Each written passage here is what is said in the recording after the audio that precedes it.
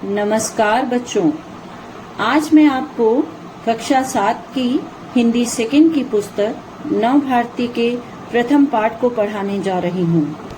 पाठ का नाम है जागरण गीत। यह एक कविता है जिसके कवि श्री सोहनलाल द्विवेदी जी हैं। ये हिंदी साहित्य के प्रसिद्ध कवियों में से एक हैं। प्रस्तुत कविता जागरण गीत उनकी एक प्रसिद्ध कविता है जिसके माध्यम से उन्होंने कल्पना लोक में विचरण करने वाले और असावधान बेखबर पड़े लोगों को धरती की वास्तविकताओं से परिचय कराने का प्रयास किया है। तो चलिए कविता का अध्ययन आरंभ करते हैं। अब न गहरी नींद में तुम सो सकोगे, गीत गाकर मैं जगाने आ रहा हूँ। अतल अस्ताचल तुम्हें न जाने दूंगा, अरुण उदयाचल सजाने आ रहा हूँ। कल्पना में आज तक उड़ते रहे तुम, साधना से सिहर कर मुड़ते रहे तुम। अब तुम्हें आकाश में उड़ने न दूंगा, आज धरती पर बसाने आ रहा हूँ। अब इसमें हम कठिन शब्दों के अर्थ बताएंगे आपको। यहाँ अतल का अर्थ है बहुत गहरा, अस्ताचल का अर्थ है पश्चिम दिशा का कल्पित पर्वत जिसके पीछे सूर्य अस्त होता है। अरुण का अर्थ है लाल, उदयाचल का अर्थ है पूर्व दिशा का कल्पित पर्वत जिसके पीछे से सूर्य का उदित होना माना जाता है। इस पद्यांश में कवि ने आलसी कल्पना लोक में विचरण करने वाले मनुष्यों को सावधान करते हुए कहा है कि अब मैं तुम्हें गहरी नींद में सोने नहीं दूंगा। मैं तुम्हें जगाने के लिए जागरण गीत तुम्हें सुनाने तुम्हारे पास आ रहा हूँ। अस्ताचल की गहराई अर्थात जीवन को अंधकार में जाने से रोकने के लिए मैं आकर्षक उदयाचल को सजाने के लिए आ रहा हूँ। अर्थात तुम्हारे जीवन को सुखमय बनाने के लिए तुम्हारे पास आ रहा हूँ। कल्पना में आज तक उड़ते रहे तुम, साधना से सिहर कर मुड़ते रहे तुम। अब तुम्हें आकाश में उड़ने न दूंगा, आज धरती पर बसाने आ रहा हूँ। यहाँ साधना का अर्थ है अभ्यास, सिहर कर का अर्थ है कांपना या डरना।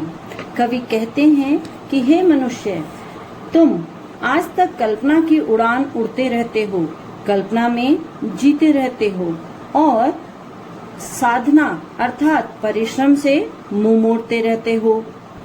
लेकिन अब मैं तुम्हें ऐसा नहीं करने दूंगा। मैं तुम्हें आकाश की उड़ान से नीचे धरती पर लाने के लिए तुम्हारे पास आ रहा हूँ। अर्थात तुम्हें जीवन की वास्तविकता को समझाने आ रहा हूँ।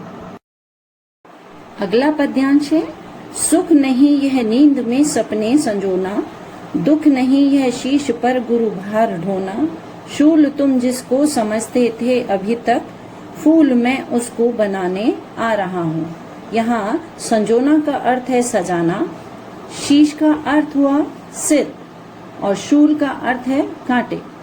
प्रस्तुत पंक्तियों में कवि कायर और आलसी मनुष्यों को प्रोत्साहित करते हुए कहते हैं कि हे आलसी मनुष्य, तुम्हें ये बात समझ लेनी चाहिए कि गहरी नींद में पड़े रहने से कभी सुख प्राप्त नहीं होगा, बल्कि यह हमारे सिर का एक बहुत बड़ा बोझ बन जाएगा और उसे उठाना हमारे लिए बहुत कठिन हो जाएगा। जीवन में आने वाली कठिनाइयों को तुम कांटे समझते हो और समझते ही आ रहे हो। मैं उन्हें फूल बनाने आ रहा हूँ, अर्थात तुम्हें कर्म के महत्व को बताने आ रहा हूँ। देख कर मझधार को घबरा न जाना, हाथ ले पतवार को घबरा न जाना। मैं किनारे पर तुम्हें थकने न दूंगा, पार मैं तुमको लगाने आ रहा हूँ। यहाँ मझधार शब्द का अर्थ है नदी के बीच की धारा और पतवार शब्द का अर्थ है नाव के पीछे लगी तिकोनी लकड़ी। यहाँ कवि जीवन की कठिनाइयों से भागने वाले मनुष्यों को उत्साहित करते हुए कहता है कि जीवन रूपी सागर में, कठिनाइयों रूपी मझधार में अपने को पाकर घबराना नहीं, बल्कि धैर्य रूपी पतवार को अपने हाथ में संभाल लेना।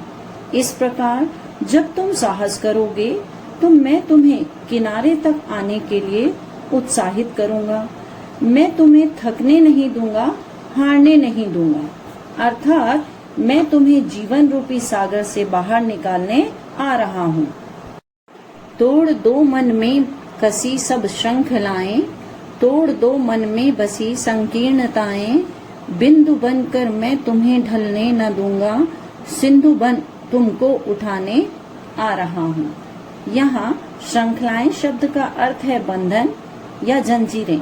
संकीर्णताएं शब्द का अर्थ है तुच्छ विचार। सिंधु का अर्थ है सागर। इन पंक्तियों में कवि मनुष्यों के हृदयों में उत्साह भरते हुए कहते हैं कि तुम मन को कमजोर करने वाले विचारों की जंजीरों को तोड़ डालो और अपने अंदर के तुच्छ विचारों को भी त्याग दो। तुम तो समुद्र के समान विशाल और असीमित शक्ति से भरपूर हो। तुम्हें अपने आप को कमजोर नहीं समझना चाहिए। तुम्हें बिंदु की तरह जीवन नहीं जीना। मैं तुम्हारे अंदर समुद्र की तरह सोई भावनाओं को जगाने आ रहा हूँ। बच्चों, अब हम कविता की अंतिम पंक्तियाँ पढ़ेंगे। तुम उठो धरती उठे, नभ शिर उठाए, तुम चलो गति में नई गति झंझनाए, विपथ होकर मैं तुम्हें मुड़ने न दूंगा, प्रगति के पथ पर बढ़ाने आ रहा हूँ।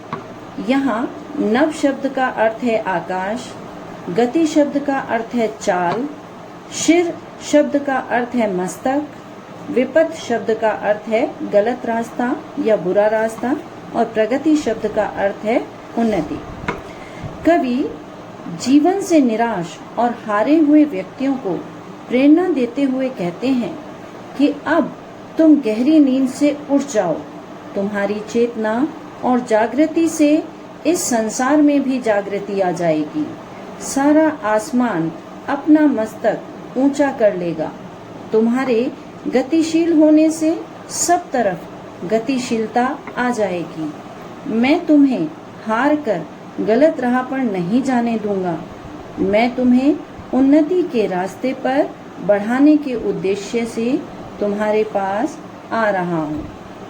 तो बच्चों, आपने देखा कि कवि ने अपनी इस सुंदर कविता के माध्यम से प्रत्येक मनुष्य को अपने जीवन में कल्पना लोक को छोड़कर वास्तविक जीवन में आगे बढ़ने के लिए प्रेरित किया है।